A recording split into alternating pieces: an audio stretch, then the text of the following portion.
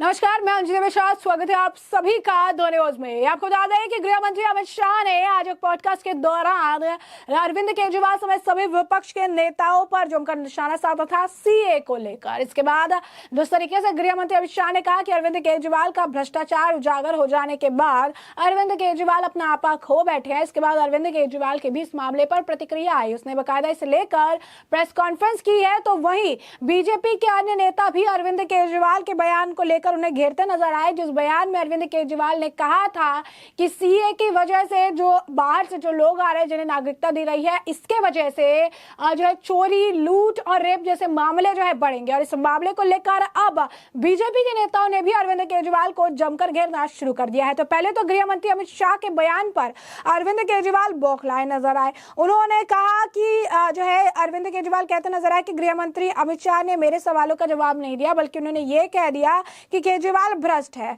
उन्होंने कहा, फिर वो कहते हैं कि मैं तो जरूरी नहीं हूं, मैं उनसे पूछ रहा हूं कि अगर आप अपने ही आम जनता को रोजगार नहीं दे सकते हैं तो आखिर आप बाहर पाकिस्तान से आए शरणार्थियों को आखिर कैसे रोजगार देंगे। जो शरणार्थी है, जो माइग्रेंट्स है, वो सीए से पहले भी हुआ था और उससे भी ज्यादा अगर आप देखेंगे पार्टीशन के वक्त हुआ था। तो आप उस समय की बात जो नहीं करते। अरविंद केजरीवाल इस बात से खफा नजर आए कि गृह मंत्री अमित शाह ने कहा कि भ्रष्टाचार उजागर हो गया और ये अपना आपा खो बैठे। और इसके बाद ये लगातार जो है प्रतिक्रिया दे रहे हैं गृह मंत्री अमित शाह पर, जो है चीजें बोल रही हैं। जिसके बाद अब अरविंद केजरीवाल के बयान पर बीजेपी के नेता जो है मनोज तिवारी का भी बयान सामने आया है, जहां पर उन्होंने कहा है कि सीए का अगेंस्ट बोलकर अरविंद केजरीवाल ने बता दिया है कि वो हिंदू, सिख, क्रिश्चियन, बुद्धिस्ट, जैन और पारसी के कट्टर विरोधी, उनके जो है दुश्मन है। सीए जो है नागरिकता देने का कानून है, लेकिन अरविंद केजरीवाल जो है झूठ और नफरत फैला रहे हैं। और क्या कुछ कहना है मनोज तिवारी जी का भी, जरा सुनिए। एए का विरोध करके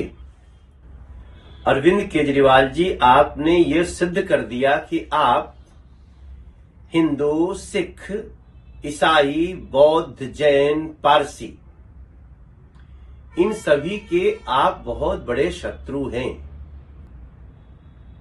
क्या हो गया है आपको? आप इतना गिर जाएंगे, ये दिल्ली की जनता ने और देश के लोगों ने सोचा नहीं कभी। सीएए के बारे में आप मुख्यमंत्री होते हुए फेक न्यूज फैला रहे हैं। सीएए का मतलब है कि जो 31 दिसंबर 2014 के पहले इस देश में पाकिस्तान, अफगानिस्तान और बांग्लादेश से वो लोग जो वहां बहुत प्रताड़ित हो रहे थे, जिनकी बहन बेटियों का बलात्कार हो रहा था, जिनके जीवन जीना दूभर हो रहा था, उन्होंने अपने प्राण बचाने के लिए, अपनी इज्जत बचाने के लिए, अपने बच्चों को बचाने के लिए भारत में प्रवेश कर गए और वो यहां दयनीय जिंदगी जी रहे थे। उनको नरेंद्र मोदी जी ने, मोदी सरकार ने सीएए लाकर उनको नागरिकता देने का काम किया है। और आप उनसे इतना नफरत करते हैं। आप फेक न्यूज फैलाते हैं कि 2.5 करोड़ लोग आ जाएंगे, 2 करोड़ लोग आ जाएंगे। ये जो आ गए हैं 31 दिसंबर 2014 तक, उनके लिए कानून है और इसका देश के मुसलमानों की नागरिकता से कोई लेना देना ही नहीं है। ये सीएए नागरिकता देने का काम कर रहा है जो 31 दिसंबर 2014 तक प्रताड़ित होकर उन देशों के, पाकिस्तान, अफगानिस्तान और बांग्लादेश के अल्पसंख्यक जो यहां आ चुके हैं 31 दिसंबर 2014 तक, उनको नागरिकता दिया गया है। और आप फेक न्यूज फैला रहे हैं कि सबको लाएंगे। तो इसका कारण भी हमें समझ में आ रहा है। जिसकी जमीन चली जाती है ना अरविंद केजरीवाल जी, वो ऐसे ही फेक न्यूज फैलाता है, ऐसे ही नफरत फैलाता है। आप झूठ की मशीन तो थे ही, अब आप नफरत के मशीन हो गए हो। वो आपकी तरह उनको शीश महल नहीं दिया जा रहा है। अरविंद केजरीवाल जी, आपके राजमहल जैसा उनको राजमहल तो नहीं मिलेगा, लेकिन हाँ, प्रधानमंत्री आवास योजना के तहत नरेंद्र मोदी जी के द्वारा उनको एक आवास मुहैया कराया जाएगा, उनको पानी मुहैया कराया जाएगा, उनको बिजली मुहैया कराई जाएगी। उनको भी अपनी एक इंसान की जिंदगी जीने का हक है।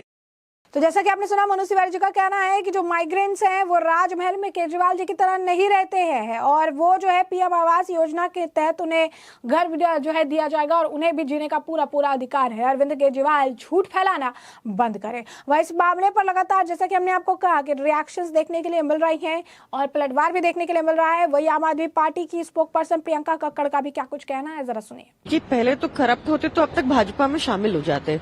दूसरी चीज, जहां तक सीएए का सवाल है, ये पाकिस्तान, अफगानिस्तान और बांग्लादेश से लोगों को लाकर बसाया जाएगा हमारे देश में। उनको कहां बसाया जाएगा? आप खुद ही सोचिए कि आपके घर के आगे अगर एक झुग्गी लगाएं और उसमें एक पाकिस्तानी हो तो क्या आपके घर की बेटी, आपकी बेटी, आप सुरक्षित फील करेंगे? भाजपा लेती है गारंटी लॉ एंड ऑर्डर की। भाजपा, यहाँ पे दंगे होंगे, यहाँ पे सौहार्द बिगड़ेगा, यहाँ पर चोरियां डकैतियां बढ़ेंगी। क्या ये कराना चाहती है भाजपा? क्या हमारे मुद्दे खत्म हो गए? क्या देश में महंगाई खत्म हो गई? क्या देश में बेरोजगारी खत्म हो गई? क्या देश में गरीबी खत्म हो गई? जो ये और देशों के गरीब यहाँ लाकर बसाना चाहते हैं। हमारे देश के लखपति, करोड़पति, पूंजीपति लगभग 11 लाख लोग देश छोड़कर चले गए हैं। वो लोग नौकरियां देते थे हमारे देशवासियों को। मोदी जी को उनको वापस लेकर आना चाहिए, ना कि सब लोगों, सारे देशों के गरीब लोगों को हमारे देश में बसाकर और हमारे रिसोर्सेज के ऊपर, संसाधनों के ऊपर, हमारे बच्चों के संसाधनों के ऊपर हिस्सा डालना चाहिए। देखिए, मुझे लगता है कि भाजपा एक लौती ऐसी सरकार है जो ये मांग कर रही है कि इलीगल माइग्रेंट्स को वैध कर देना चाहिए। आप कनाडा का एग्जाम्पल उठा के देख लीजिए, किसी भी वेस्टर्न कंट्री का देख लीजिए। कनाडा ने पहले हर एक को नागरिकता दी, जो उनके देश में है उनको नागरिकता दी। आज वहां लॉ एंड ऑर्डर का सिचुएशन देखिए। तो हमें सीखना चाहिए। हम जहां पे बाकी लोग, बाकी विकसित देश बिल्कुल इसको अपोज कर रहे हैं, इलीगल माइग्रेशन को रोकने की बात कर रहे हैं पूरी तरह से, हमारा इकलौते देश है, हमारे इकलौते प्रधानमंत्री हैं जो कह रहे हैं कि नहीं, मैं तो नागरिकता दूंगा इलीगल माइग्रेंट्स को। ये गलत है। कागज तो है नहीं। अगले चुनाव से पहले ये कह देंगे कि 2024 से पहले जो लोग आए उनको नागरिकता दी जाएगी। तो ये तो इनके हाथ में। तो ये खतरनाक सिचुएशन क्रिएट होगी, बहुत ज्यादा लॉ एंड ऑर्डर के लिए खतरनाक सिचुएशन क्रिएट होगी, हमारे बच्चों के रिसोर्सेज के ऊपर खतरनाक सिचुएशन क्रिएट होगी। इसको तुरंत प्रभाव से वापस लेना चाहिए भाजपा को।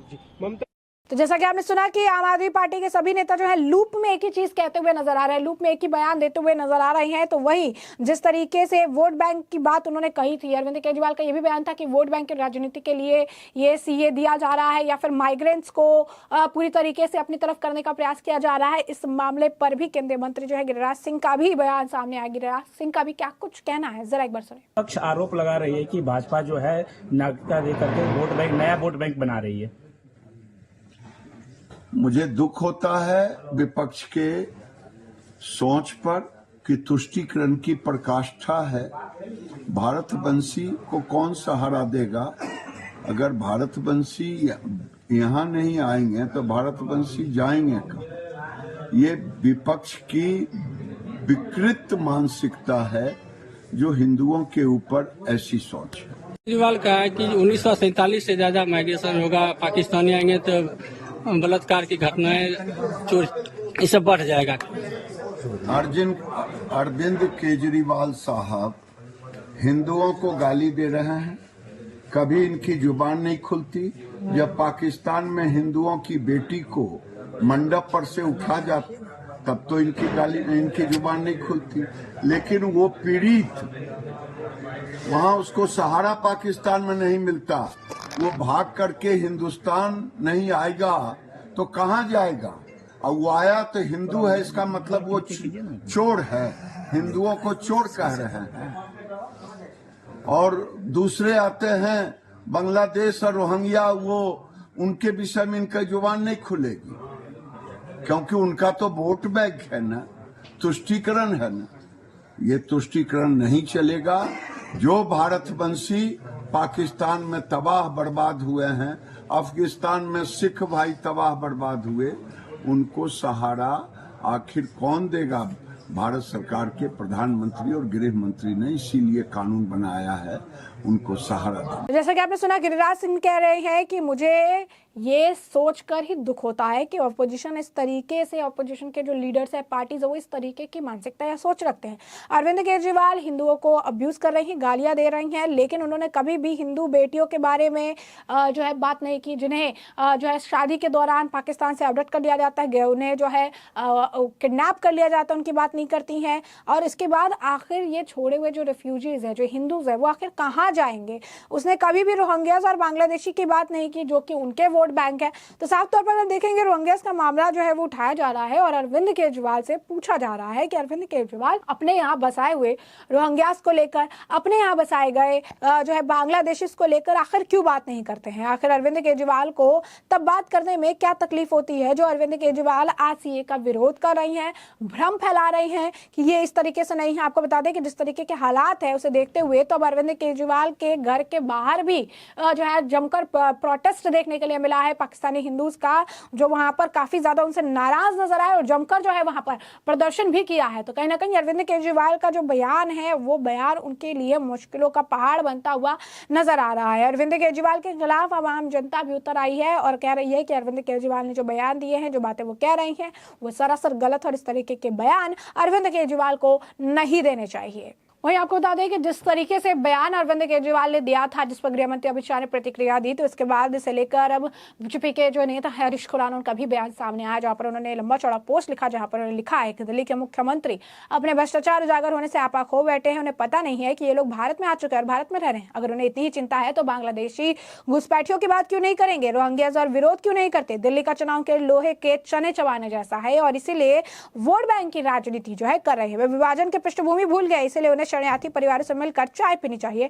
गृह मंत्री अमित शाह का जो बयान था, उन्होंने प्रॉपर उसी बयान को जो है कोट किया है और अरविंद केजरीवाल के बयान की जो है निंदा की है। वही तृणमूल कांग्रेस के नेता है, उनका भी इस मामले को लेकर कहना है, क्योंकि अमित शाह ने जो बातें कही है उससे जो है उन्हें आप कह सकते हैं कि चीजें रास्त नहीं आ रही है। वही दूसरी तरफ आपको बता दें कि अरविंद केजरीवाल ने जिस तरीके से बातें कही या बयान दिया है उसे लेकर तो बग्गा ये कह रहे हैं कि अरविंद केजरीवाल सिखों के खिलाफ बयान दे रहे हैं और उन्हें तो इस चीज के लिए माफी मांगनी चाहिए। बकायदा जिस तरीके से प्रोटेस्ट हुआ उसे लेकर भी उन्होंने प्रतिक्रिया दी है और कहा कि जो है अरविंद केजरीवाल का विरोध हो रहा है, अरविंद केजरीवाल को माफी मांगनी चाहिए। अरविंद केजरीवाल इस तरीके के बयान जो है नहीं दे सकते हैं। अरविंद केजरीवाल जो है जिस तरीके का बयान दे रही है वो सरासर गलत है। तो आप देख सकते हैं लगातार अरविंद केजरीवाल ने सीए को लेकर जो बयान दिया है कि इन लोगों के आने से लूट बढ़ेगी, घुसपैठ बढ़ेगा, उनके आने से जो है चोरी चकारी बढ़ जाएगी, लुटेरे जो है लूट के मामले बढ़ेंगे, रेप जैसे सेंसिटिव मामले को भी उन्होंने घसीट दिया, कहा कि ये भी बढ़ेगा। तो इसके बाद लोग काफी ज्यादा जो है नाराज भी नजर आ रही हैं कि अरविंद केजरीवाल जैसे नेता आखिर सीए को लेकर इतना ज्यादा भ्रम